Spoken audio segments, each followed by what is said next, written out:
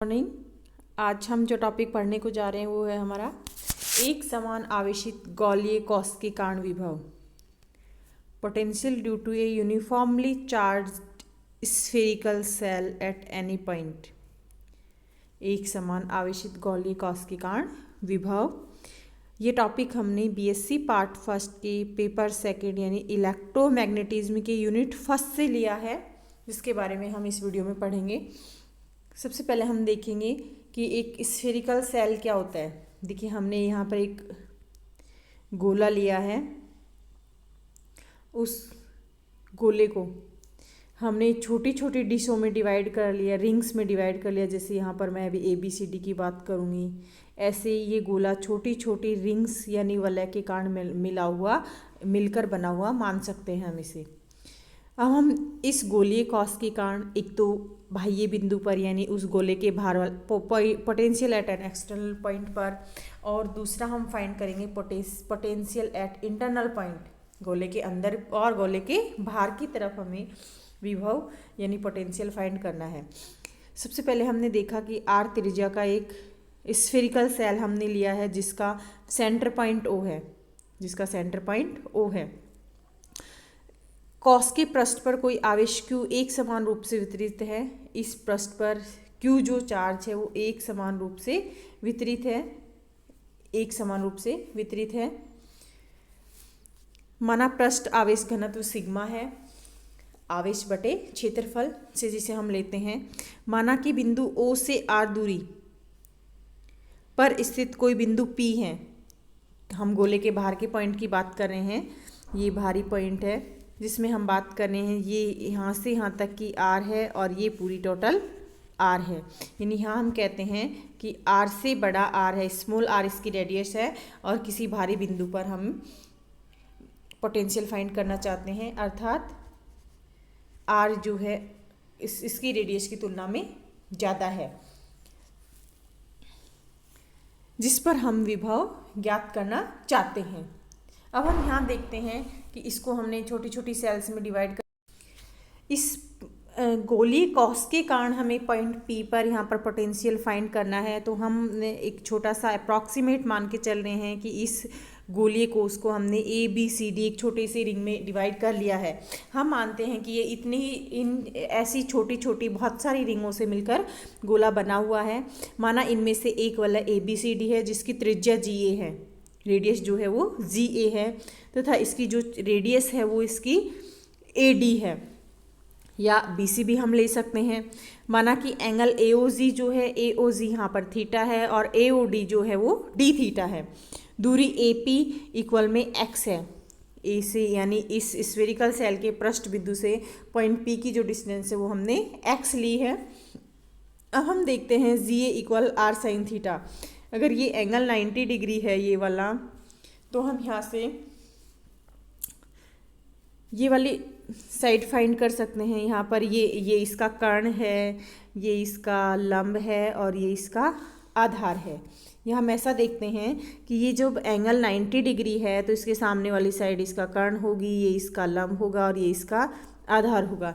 लाल बट्टा कक्कास यानी लंब बटे कर्ण, AG इक्वल हम कर्ण है यानी इसका OA इक्वल लिख सकते हैं साइन थीटा।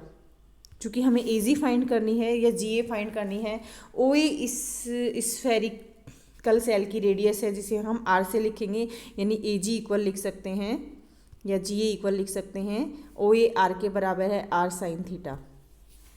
AG इक्वल में R साइन थीटा। ऐसे ही हमें AD को भी फाइंड करना है, AD इक्वल में RD थीटा। यानी ये कैसे प्राप्त हुआ हमें, जैसे हम इस चाप की बात करते हैं, ये एक चाप है यहाँ पर AD, रेडियस जो है वो है यहाँ पर त्रिज्या है R, और एंगल जो है यहाँ से वो है D थीटा, एंगल है D थीटा। तो हम डेफिनेशन हम जानते हैं कि कोण बराबर होता है चाप बटे त्रिज्या, कोण बराबर चाप बटे त्रिज्या, यानी D थीटा इक्वल चाप है AD और त्रिज्या है यहाँ पर R, यानी AD इक्वल क्रॉस मल्टीप्लाई कर देंगे तो R D थीटा। यहाँ से हम जो रिंग लिए हमने ABCD उसका एरिया फाइंड कर सकते हैं। सरफेस एरिया होगा इसकी परिधि इंटू चौड़ाई, परिधि इंटू चौड़ाई, परिधि होगी इसकी 2 पाई इंटू ZA और चौड़ाई होगी इसकी AD।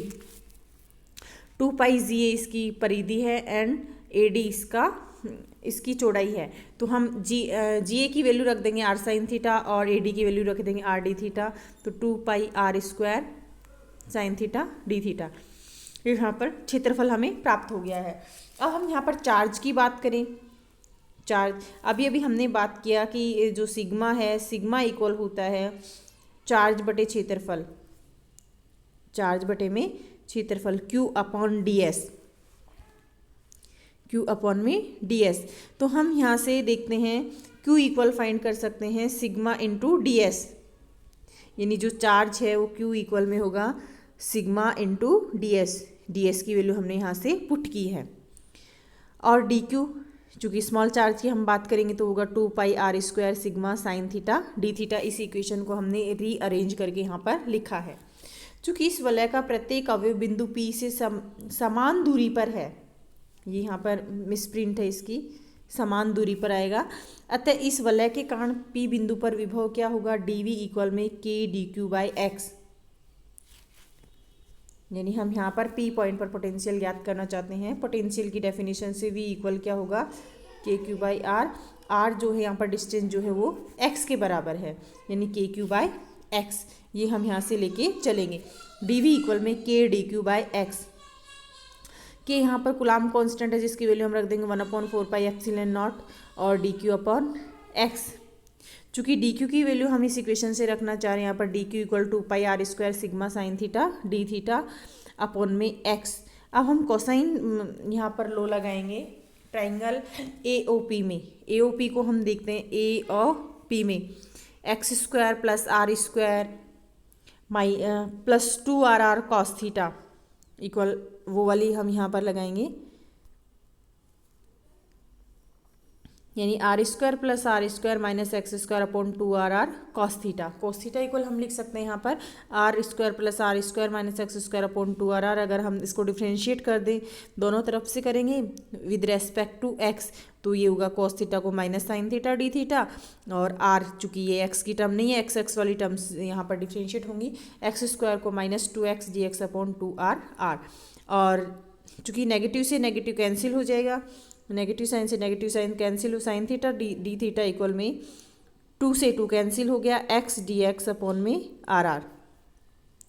इस इक्वेशन में, यानी ये जो इक्वेशन हमारी 1 है, इस इक्वेशन में हम साइन थीटा डी थीटा की वैल्यू रखेंगे x dx अपॉन में RR,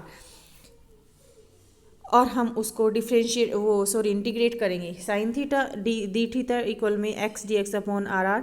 इस इक्वेशन 2 से वैल्यू इक्वेशन 1 में रखने पर 1/4 pi epsilon not 2 pi R square sigma upon X into sine theta D theta की जगह हमने रख दिया पर x dx अपॉन में RR। एक आर से एक आर को कैंसिल कर देंगे, यहाँ पर ये 2 आर हैं, यहाँ पर 1 है, x से x कैंसिल हो जाएगा, तो ये बचेगा 1/4 pi epsilon not 2 pi R sigma upon में R dx। चूँकि हम देखते हैं कि संपूर्ण कोश के कारण बिंदु P पर विभव का मान इक्वेशन 3। अब हमें इसकी लिमिट्स देनी है। सीमा x equal R minus R तथा x equal R plus R के बीच हमें इसे इंटीग्रेट करना होगा। R minus R n point होगा और R प्लस आर इसका m पॉइंट होगा। ये हम देख लेते हैं इसका m और n पॉइंट कौन सा है। देखिए ये जो पॉइंट है इसका n पॉइंट है, R प्लस आर करके है ये, और ये जो पॉइंट है इसका m पॉइंट है जो उससे कम होगा। के बीच हम इसे समाकलित करेंगे, अतः संपूर्ण कोश के कारण बिंदु P पर विभव इस तरफ, दोनों तरफ हम इंटीग्रेट करेंगे इसे विद रेस्पेक्ट टू एक तरफ x और एक तरफ v के। dv का इंटीग्रेशन करेंगे, v होगा, लिमिट्स यहाँ पर यूज़ करेंगे r minus R to R plus R 1/4 pi epsilon not 2 pi r sigma upon dx। देखिए ये सब एज इट इज होगा क्योंकि ये x पर डिपेंड नहीं करता, 1/4 पाई एप्सिलॉन नॉट पहले से बाहर होगा, और dx का जो इंटीग्रेशन है वो हम करेंगे वो इक्वल में होगा x के। अब x की हम यहाँ पर लिमिट्स लेंगे r minus R to R plus R. एक अपर लिमिट्स लिखेंगे हम r plus R minus lower limit लिखेंगे हम r माइनस आर। ये पॉजिटिव पॉजिटिव और ये नेगेटिव यानी 2r होगा, ये 2r होगा। 2πr sigma upon 4π epsilon naught r, ये हमारी इक्वेशन है। अब हम इसे आगे भी सॉल्व करेंगे। v इक्वल में 4πr square sigma upon 4π epsilon naught r, 2 को 2 से मल्टीप्लाई कर देंगे, 4πr square sigma upon 4π epsilon naught r। लेकिन यहाँ हम जान रहे हैं कि वही पृष्ठावेश घनत्व की डेफिनेशन से हम देखें, सिग्मा इक्वल होता है q अपॉन 4π r स्क्वायर, और q इक्वल में होगा sigma 4πr square. Sigma 4πr square इसके चार्ज में कन्वर्ट हो जाएगा, जिसे हम q से लिख देंगे, अपॉन में 4π epsilon naught r। 1/4π epsilon naught के में चेंज हो जाएगा, या के क्यू अपॉन में आर। जो पोटेंशियल है वी पॉइंट पर वो हमारा है के पी पॉइंट पर के क्यू अपॉन में आर। जो इक्वेशन 4 है ये हमें बताती है कि एक समान आवेशित गोलीय कॉस बाह्य बिंदु के लिए इस प्रकार व्यवहार करता है कि इसका संपूर्ण आवेश इसके केंद्र पर केंद्रित है। अब हमें सेकंड पॉइंट लेना है, इसका इंटरनल पॉइंट यानी अंदर के पॉइंट पर। माना कि बिंदु P आंतरिक बिंदु है जो कोष के केंद्र से r दूरी पर स्थित है। जैसा कि ऊपर सिद्ध किया जा चुका है, उसी आधार पे हम इसे लेंगे। यहाँ हम लिमिट्स चेंज करेंगे इसकी, वो इक्वेशन हमने ली है 1/4π epsilon naught 2πr sigma upon r और dx। यहाँ इस डेरिवेशन में जो चेंजेज आएगा वो ओनली लिमिट्स का आएगा। लिमिट्स हम यहाँ देख रहे हैं x equal r minus r और x equal r plus r, ये हम लेंगे, वही हम इसको इंटीग्रेशन करेंगे। तो देखते हैं इंटीग्रेशन करेंगे, जैसे 1/4π एप्सिलॉन नॉट, ये कांस्टेंट है, ये बाहर आ जाएगा। 2πr सिग्मा अपॉन r, ये भी कांस्टेंट है, बाहर आ जाएगा। और dx को जब हम इंटीग्रेट करेंगे ये x के बराबर हो जाएगा। x की हम लिमिट्स यूज करेंगे यहाँ पर r माइनस r और r प्लस r। अपर लिमिट्स हम लगाएंगे एक बार r प्लस r माइनस में r माइनस r। अब हम यहाँ देखेंगे कि r plus r minus r plus r, इस पॉजिटिव जो उसकी रेडियस थी उससे तो ये कट जाएगा, लेकिन जो डिस्टेंस थी P पॉइंट की वो यहाँ पर डबल हो रही है, 2r के इक्वल हो रही है। डिस्टेंस जो है 2r के इक्वल हो रही है, यानी 2r। 2πr sigma upon 4π epsilon naught r। r से हम r को कैंसिल कर देते हैं, r से r को कैंसिल कर देते हैं। 4πr sigma upon 4π epsilon naught, 4πr sigma upon 4π epsilon naught. इस इक्वेशन को हम ऊपर नीचे r से मल्टीप्लाई कर देते हैं, तो ये होगा 4πr square sigma upon 4π epsilon naught r। एक r से हमने इसको मल्टीप्लाई कर दिया ऊपर नीचे, तो ये 4πr square sigma upon 4π epsilon naught r। चूँकि वही हम अगर पृष्ठावेश घनत्व की परिभाषा से देखें तो ये चार्ज में चेंज हो जाता है, जिसे हम किससे लिखेंगे, q से लिखेंगे। अपॉन में ये 1/4π एप्सिलॉन नॉट k में चेंज हो जाता है, और अपॉन में r, या 1/4π epsilon naught q by r, जिसे हम लिख सकते हैं kq अपॉन में r। इससे ये जो इक्वेशन है ये हमें बताती है कि आंतरिक बिंदुओं के लिए विभव r पर निर्भर नहीं करता, यानी पॉइंट की डिस्टेंस पर निर्भर नहीं करता। इसका वही मान होता है जो कि सरफेस पर होता है, सेल के सरफेस पर होता है। अतः सेल के अंदर जो पोटेंशियल है वो कांस्टेंट रहता है। सेल के अंदर अगर हम किसी भी पॉइंट की बात करेंगे तो ये एज इट इज क्या रहेगा, कांस्टेंट ही रहेगा। यानी ये हमने देखा कि पोटेंशियल जो है भारी पॉइंट पर हमने फाइंड किया है, उसको भार के बिंदु पर फाइंड किया है के क्यू अपॉन में आर, और यानी हम इसे कह सकते हैं वी आउटर और के क्यू अपॉन में कैपिटल आर, वी इनसाइड, ये आउटसाइड हो जाएगा। इनसाइड और आउटसाइड हमने पोटेंशियल फाइंड किया है। अब हम इनसाइड की बात करते हैं। इनसाइड में हम देखते हैं कि जो है वो कांस्टेंट ऑलरेडी, चार्ज जो है वो भी कांस्टेंट, क्योंकि हमने उसको एक समान रूप से वितरित माना है, और उस स्फेरिकल सेल की जो रेडियस है वो भी कांस्टेंट है। यानी प्रत्येक बिंदु पर इनसाइड में अगर हम बात करें तो प्रत्येक बिंदु पर जो चार्ज है वो एज इट इज किसी भी बिंदु के लिए होगा, वो एक समान ही होगा। तो हम ऐसा कह सकते हैं कि इनसाइड के प्रत्येक बिंदु पर जो चार्ज है वो नियत रहता है। पृष्ठ के कोष के अंदर किसी भी बिंदु पर अगर हम पोटेंशियल की बात करेंगे वो नियत रहेगा, यानी हम इसे कह सकते हैं कांस्टेंट। इनसाइड पॉइंट के लिए कांस्टेंट होगा। अब हम बात करते हैं आउटसाइड की। आउटसाइड में जो हमारा पोटेंशियल है वो हम देख रहे हैं यहाँ पर, वो डिपेंड कर रहा है आर पर,